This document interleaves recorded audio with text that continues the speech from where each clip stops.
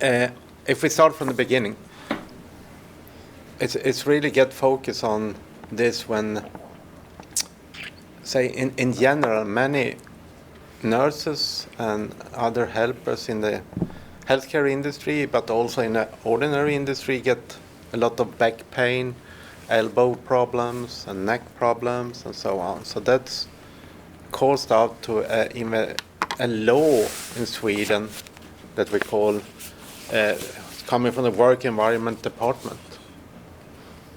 It's coming 1998, and updates every 5th year, something like that. The law and rules is applied for every company, not only for the hospitals and the care sector. It's also for the ordinary industry, because you have lifting in a grocery store. For example, I was taking care of the lifting food and move it over like this, and they get a problem. At the same thing, so it's applied for every business. And before 1998, when this was get to be a law, a lot of companies had started to supply into the hospital and the elderly sector. The first patient lift in Sweden was out on the market 1978 or something like that. So, and that also helped to push the focus. And they started with sliding sheet in the 80s and everything to help. So it was more coming from the private sector of industry as well, that they would like to make focus on this. If I then come to the law itself, how will it be taken care of? The biggest problem is to follow up, because as an employer, we talk about hospital in general, is that you have to make a risk assessment first in every ward, in every situation. And yeah, I could stop. I will show something. In this law, they also have put with you an example of risk assessment, how to do a risk assessment, and it could apply for every company, every situation, even in a hospital, in the industry like Open Nilsson, where they also need to do a risk assessment. And out of that, we also have this: when you're lifting something 30 centimeters from the body, as we talked about yesterday, maximum 7 kilo, then it's okay. But if you go above 7 kilo, you need to start to give some support. And in the red area, no lift, manual lift. Yeah, that's it.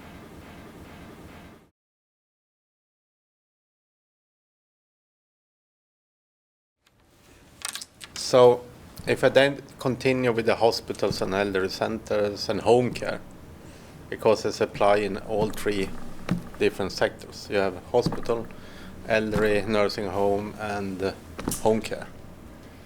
And you have the same problem in every part. But when you have, what it says then is that you have to do the risk assessment first. And out of the risk assessment, if you get in a yellow or red area, as an employer, you need to make some action. Action is to train the people, because you could train people not to lift. It could be many situations where you don't need any help with transfer products and aids and so on. It's only to lift in the right way, if we discussed how you treat when you do the work. The next step is to find aids to support. It's a many step of aids that you could use all the way up to a patient lift. I will say the patient lift is coming when the patient is paralyzed, more or less. Before that, you could use manual transfer aids, sliding sheets, and other things. So that's quite easy. Let's stop there.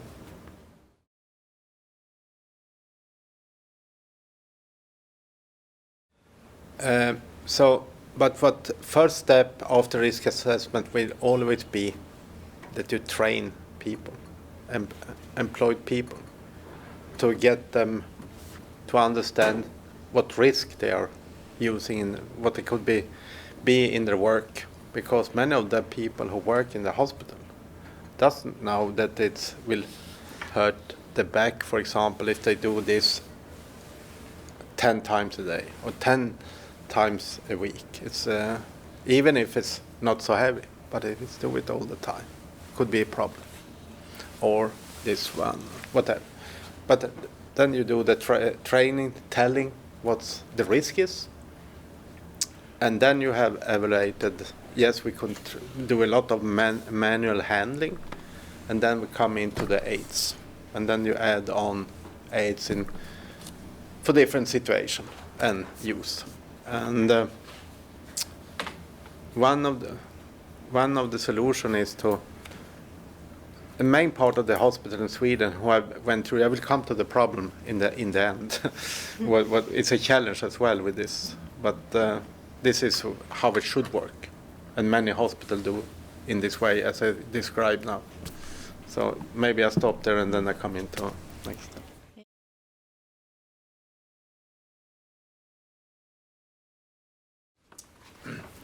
Solution, the first step and the best solution that we see in more or less every hospital follow the rules. When they have done the training, they put aids in every room in a hospital. Small aids. And that's because what's telling against using aids is it's not easy to find. It takes time to run around in the hospital and see where do I have a sliding sheet. Yes, in 3 rooms. I do it easy instead. So what they have done in the hospital in Sweden, they are putting in sliding board, disposable slides. They put in a belt, and it's depending on what the situation. But they also always have in each room, so they only could grab it and use it, because then the employer have fulfilled their rules. If the employer don't use the aids and get the back pain, then it's his or her responsibility. But you have as an employer the duty to have it on site. So that's the first thing that they do. They put aids in every room. And it differs, of course. In a ICU unit and surgery unit, you need patient lifts, and you need more different aids in that. But in an ordinary ward, you need these small aids.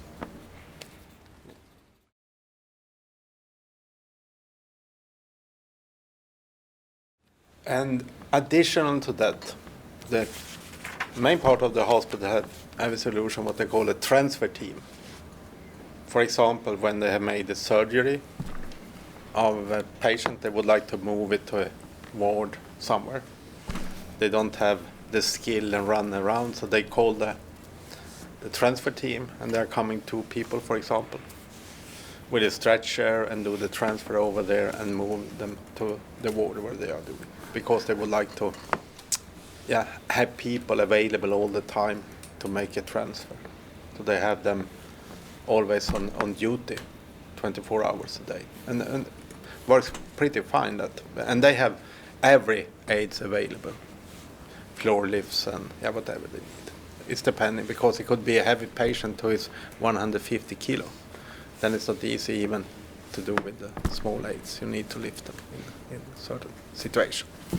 So that's what the step 2. And then what they then continue with all the time, training. That's because otherwise they say, I don't know how to use this. I haven't had the time to use it, and so on. So you need to have a constantly work with training, but that's an essential part.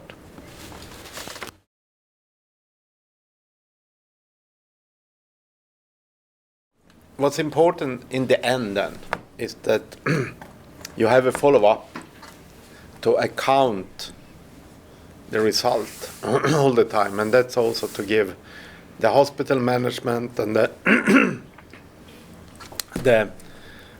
stakeholders with the money to understand how much money they save with this. It's not only that you save good living for the workers, it's also money for the hospital and for the nursing home and for the home care, because if they get hurt in the back, I use the back as an example, it's that they got on sick leave for a very long time. And someone has to pay for the sick leave. And you have to find replacement into the hospital, that you have to train again, and so on. There's a lot of money. If you are able to reduce the problem that you get with the lifting situation or transfer situation, you save a lot of money. And we have seen results from, especially from the United States, where it's privately run, the main part of the hospitals. They really count the money together with the insurance company. The insurance company is demanding many of the hospitals to do the no lifting policies because they would like to save money, because the insurance company has to pay the sick leave and also pay extra fee because they have not fulfilled the responsibility as a hospital for the people that they have employed. So that's important with follow-up.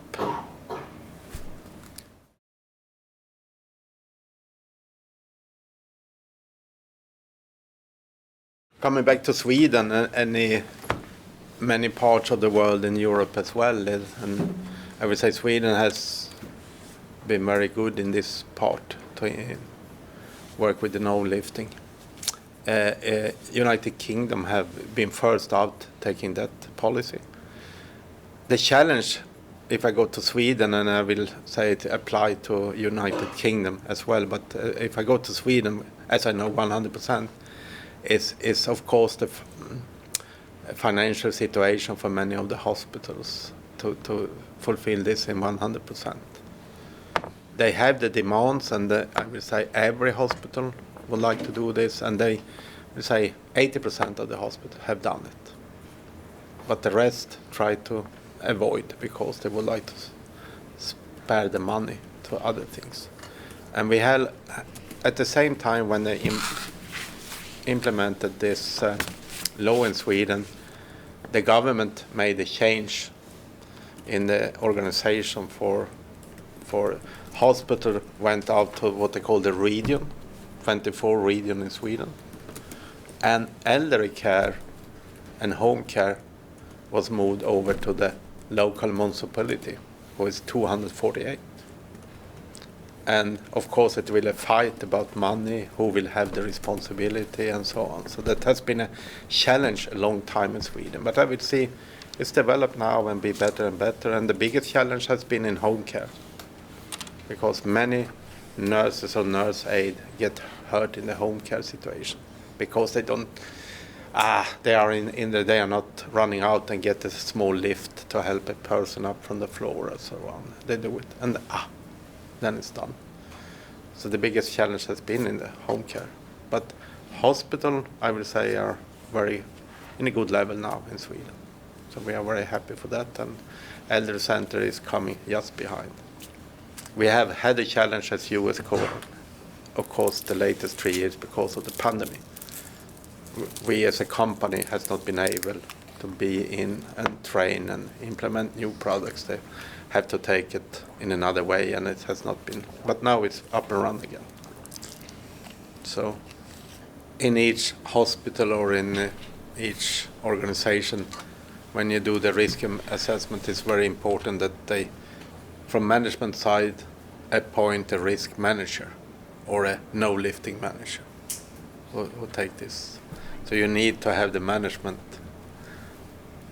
with you when you go in to do this, the first step, to have a someone who is responsible for the risk in the hospital.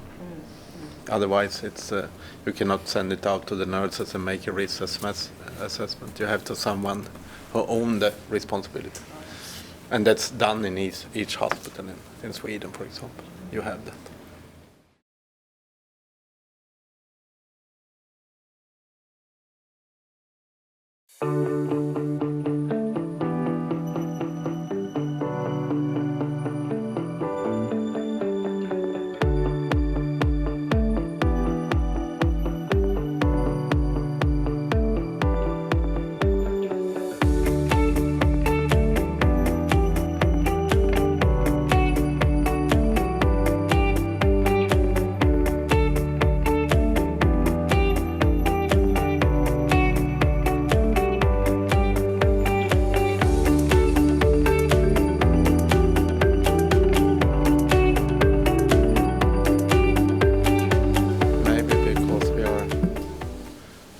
people now. It's as I said, I think it's a combination also because we were a lot of manufacturers in Sweden who really would like to. We had been out working there I was one of them.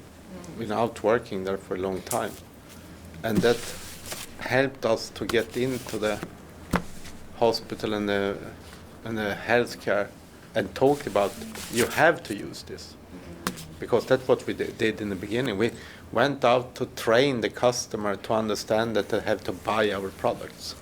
I say we were a big stakeholder in the beginning as a manufacturer. We were many manufacturers in Sweden and United Kingdom as well.